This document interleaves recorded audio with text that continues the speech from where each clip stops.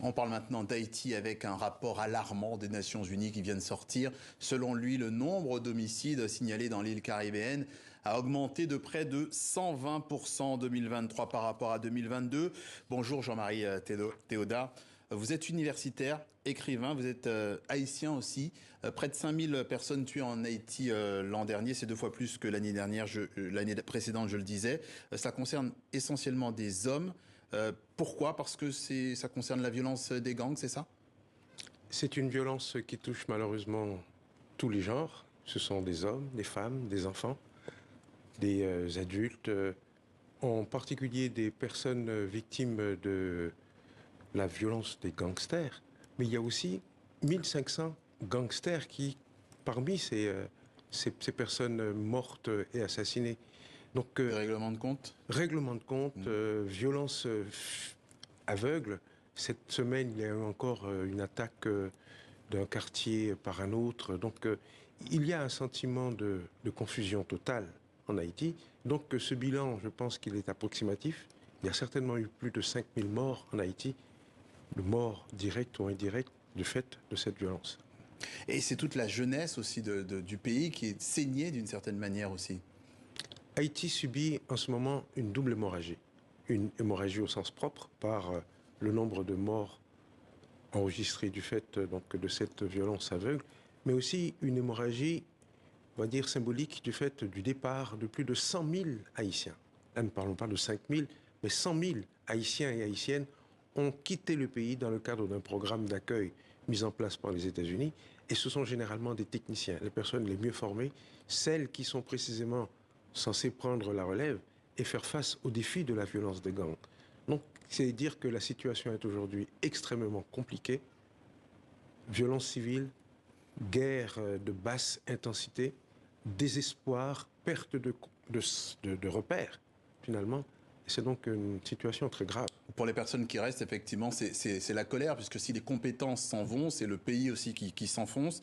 Que sait-on des violences sociales que connaissent les gens au quotidien? Alors, les rapports de l'ONU, les rapports des différentes ONG déployées sur le terrain font état de violences sexuelles systématiques sur les femmes et les jeunes filles, voire parfois de jeunes enfants. Ils font également état d'actes d'atrocités, de violences, je dirais, qui ne sont pas motivés par le seul besoin de tuer, on peut comprendre cela, mais il y a une sorte de pulsion de mort qui s'exprime à travers l'acharnement à faire souffrir. C'est dire qu'il y a une confusion des valeurs, confusion des principes, qui fait que dans ce tourbillon, moi je parle parfois d'un trou noir. Haïti est un trou noir dans la Caraïbe, c'est-à-dire un système dans lequel toutes les valeurs qui permettaient justement à la société de résister sont entraînées vers le bas. Alors face à ces violences, il y a en principe la police, elle devrait en principe pouvoir contenir la situation. Elle n'y arrive pas parce que la situation politique est chaotique aussi. Hein. On compte environ 13 000 agents de la police en Haïti pour une population d'à peu près 12 millions d'habitants. C'est-à-dire le rapport entre le nombre de policiers et le nombre d'habitants est tel que, de façon presque mécanique, il ne pouvait pas y avoir de véritable sécurité civile.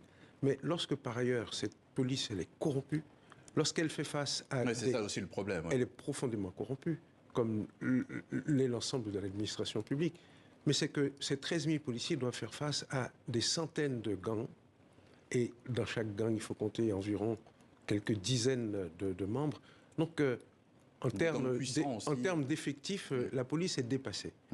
Où en est-on du projet du Kenya qui devait déployer en Haïti une force spéciale pour épauler les forces de l'ordre? Alors vous m'avez dit qu'elles étaient aussi en partie corrompues.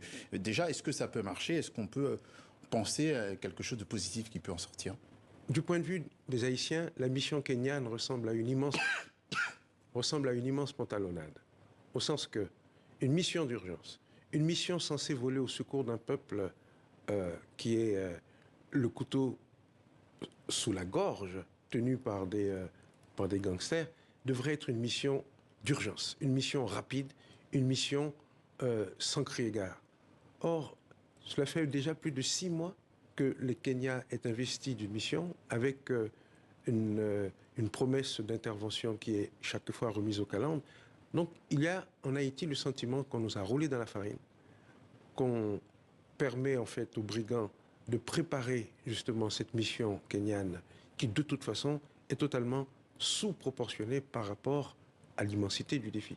La police kenyane est censée arriver avec 1 millier d'hommes, de policiers, pour venir en appui aux 13 000 qui sont déjà actifs sur le terrain en Haïti, et tout cela pour faire face à des dizaines de milliers de gangsters armés jusqu'aux dents.